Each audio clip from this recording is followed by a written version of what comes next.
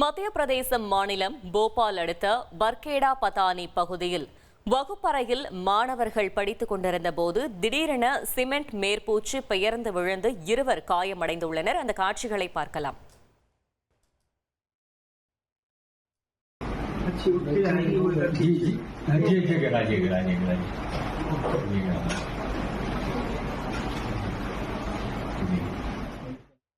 இது குறித்த கூடுதல் தகவலை செய்தியாளர் ரமேஷ்குமார் வழங்க கேட்கலாம். ரமேஷ்குமார், வணக்கம். இது தொடர்பாக பள்ளி நிர்வாகம் தரப்பில் என்ன விளக்கம் அளிக்கப்பட்டிருக்கிறது? முழு தகவல்களை சொல்லுங்க.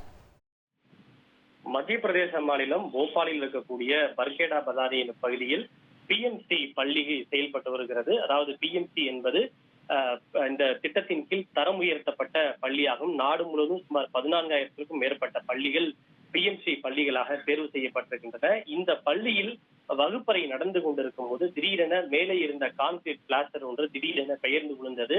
வகுப்பறை நடந்து கொண்டிருக்கும் போதே திடீரென பிளாஸ்டர் பெயர்ந்து விழுந்ததால் அதனை கண்ட ஆசிரியரும் மாணவிகளும் பயந்து அலறினர்.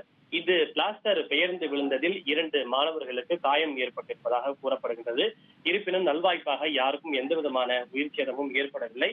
இதுபோன்று பெயர்ந்து விழுவது முதன்முறை அல்ல என்றும், கடந்த மாதம் கூட இதே போன்று வகுப்பறையில் இருந்த கான்கிரீட் பிளாஸ்டர் பெயர்ந்து விழுந்ததாக கூறப்படுகின்றது.